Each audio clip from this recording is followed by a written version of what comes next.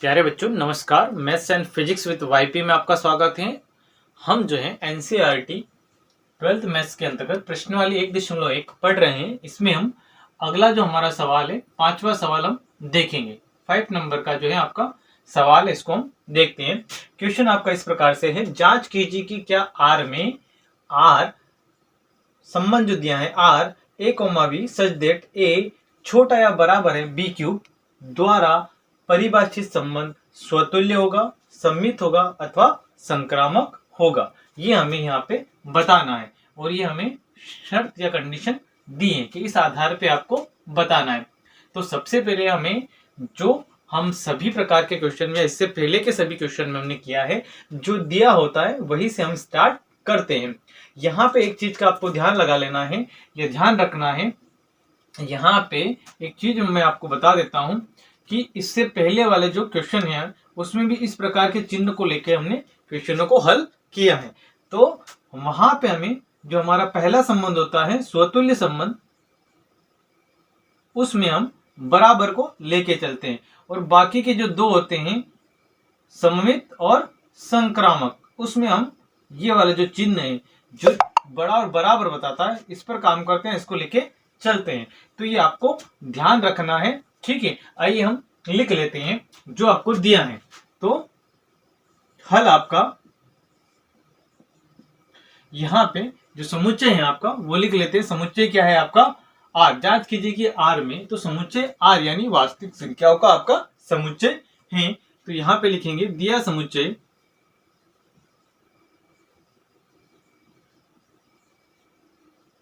समुच्चय ए बराबर वास्तविक संख्याओं का समुच्चय, ये आपको समुच्चय दिया है। तथा रिलेशन क्या दिया है हमें, रिलेशन दिया है हमें आर बराबर ए comma B such that A छोटा या बराबर है बी क्यूब के। यहां पर हम संबंध को थोड़ा और आगे बढ़ाते हैं और यहां पे लिखते हैं जहां A comma B to capital A, ये जो आपका ए है ये आपका समुच्चय होता है। यानी ये जो ए और बी रहेगी ये आपकी वास्तविक संख्याएं रहेगी और जो समुच्चय ए से हमें लेना है। अब हम देखते हैं यहाँ पे कि जो हमारा जो समुच्चय दिया है वो कैसा समुच्चय है, अपरिमित समुच्चय। कैसा समुच्चय है, अपरिमित समुच्चय है। यदि अपरिमित समुच्चय है तो हमें क्वेश्चन को कहां से हल करना है, शर्त से हल करना है। तो ये जो आपकी शर्त दी गई इसके आधार पे हमें इसे हल करना है। यदि समुच्चय मेरा परिमित होता तो हम फिर क्या करते हैं, यहां से समुच्चय से पद लेकर युग्म बनाते हैं और फिर युग्म के आधार पे सवाल को हल करते हैं। अब यहाँ पे हम आगे बढ़ते हैं और पहला संबंध देखते हैं हमारा स्वतुल्य संबंध।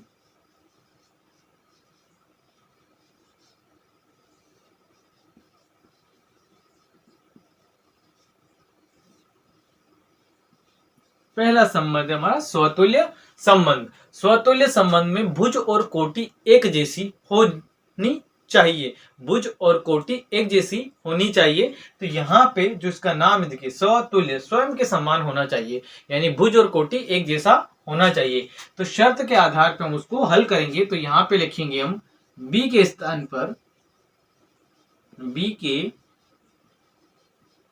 स्थान पर ए रखने पर,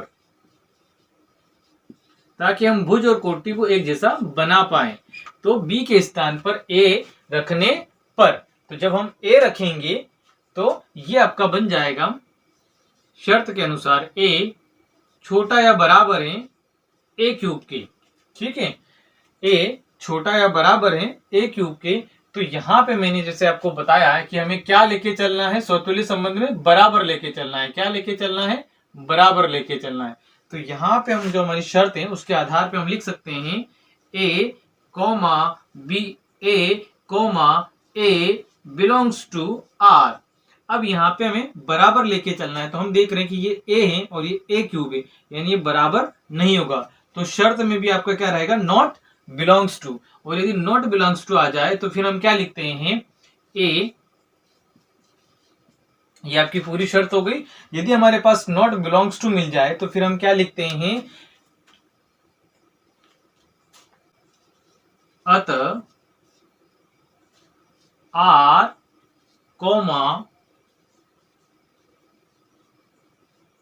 समुच्चय ए में, समुच्चय ए में एक स्वतुल्य संबंध नहीं है, स्वतुल्य संबंध नहीं है। ठीक है, तो ये आपका स्वतुल्य संबंध यहां तक कंप्लीट हो जाता है। हम आगे बढ़ते हैं और फिर हम किसको,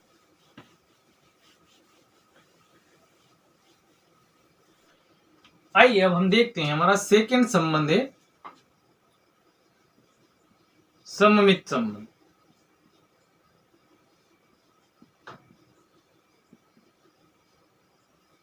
सममित संबंध, तो सममित संबंध में भी हमें पेन कहां से चलाना होता है, शर्त से चलाना होता है, रिलेशन आर से चलाना होता है। तो यहां पे हम लिखेंगे ए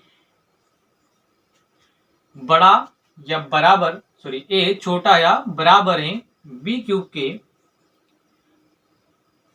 इम्प्लाइज दैट के बाद हम क्या करते हैं, युग्मों को चेंज करते हैं। तो ये जो हमारी शर्त है इसके आधार पे हम लिख सकते हैं A comma B belongs to R implies that, फिर अगली जो शर्त है उसमें हम इन दोनों को चेंज करते हैं। तो यहाँ पे बी छोटा या बराबर हो जाएगा ए क्यूब के, तो यहाँ पे हम लिखेंगे B comma A belongs to R, जहां A comma B belongs to capital A, समुच्चय ए। अब यहां पे हम देख रहे हैं, यहां पे हमें क्या लेके चलना है, ये वाला सिंबल बड़ा या छोटा वाला जो सिंबल है, ये जिस तरफ मुंह खुला होता है वो बड़ा पद होता है और जिस तरफ मुंह इसका बंद होता है वो छोटा पद होता है। तो यहाँ पे हम देख रहे हैं कि ए छोटा है बी से, और फिर यहाँ पे क्या हो गया कि बी छोटा है ए से। तो ये जो हमारी शर्त को सेटिस्फाइड नहीं करता है, तो यहाँ नॉट बिलोंग्स टू, ये शर्त को सेटिस्फाइड नहीं करता, तो यहाँ पे आ जाएगा आपका नॉट बिलोंग्स टू। तो इसके आगे बढ़ते हैं, तो ये लिखेंगे हम अतः आर कॉमा समुच्चय ए में एक संक्रामक, ए में एक सममित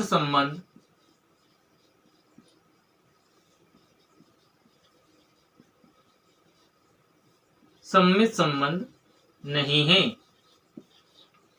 ठीक है, अब हम आगे बढ़ेंगे और तीसरा जो आपका संबंध है संक्रामक संबंध, उसको लेकर हल करते हैं।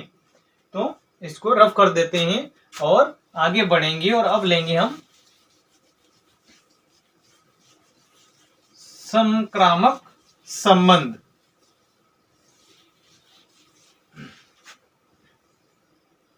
तो तीसरा है हमारा संक्रामक संबंध।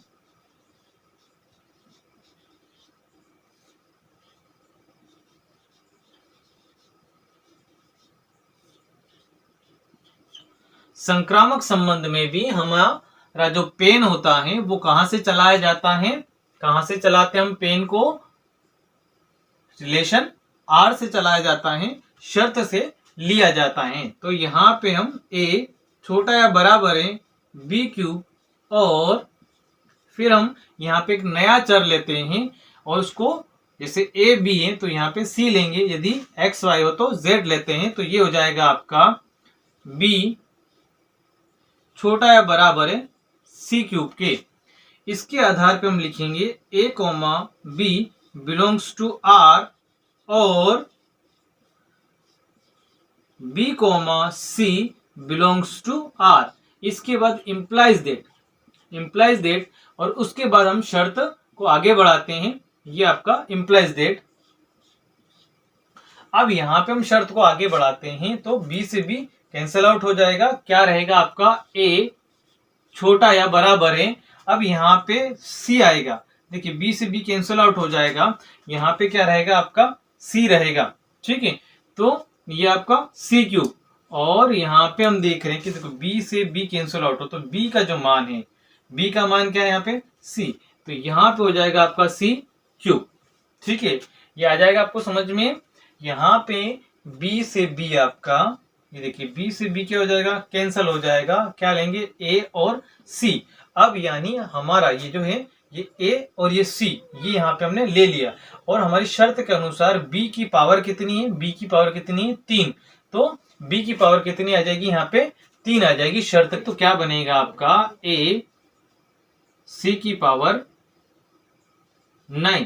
अब हमारी शर्त के अनुसार क्या होना चाहिए, b क्यूब के a छोटा या बराबर है b क्यूब के ये वाला मान यहाँ पे प्राप्त होना चाहिए, यानी यहाँ पे पावर कितनी होनी चाहिए, 3 होनी चाहिए, और हमें कितनी मिल रही है, 9 मिल रही है, 9 मिल रही है। तो ये जो है इम्प्लाइज दैट के बाद वाला जो हिस्सा है हमारा, इम्प्लाइज दैट के बाद वाला हिस्सा शर्त को सेटिस्फाइड नहीं करता है, तो a, c बिलोंग नहीं करेगा R में, नॉट बिलोंग्स टू होगा, जहां a, b, c बिलोंग करेंगे किसमें, समुच्चय A में।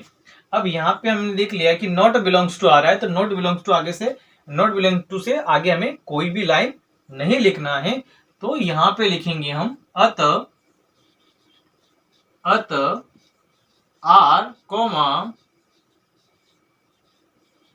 समुच्चय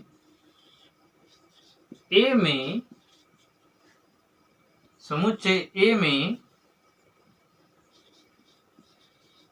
एक संक्रामक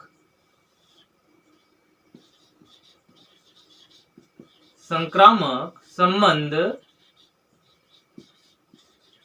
नहीं है। तो ये आपका संक्रामक संबंध इस प्रकार से प्राप्त हो जाता है, आपको साथ नोट भी कर लेना है। आई होप आपको क्वेश्चन अच्छे से समझ में आया होगा। यदि आपको क्वेश्चन अच्छे से समझ में आया है तो क्वेश्चन को आप लाइक करें, शेयर करें, कमेंट करें, तथा मेरे YouTube चैनल पे बेल आइकन को प्रेस कर लें ताकि इस प्रकार के वीडियो आपको मिलते रहें।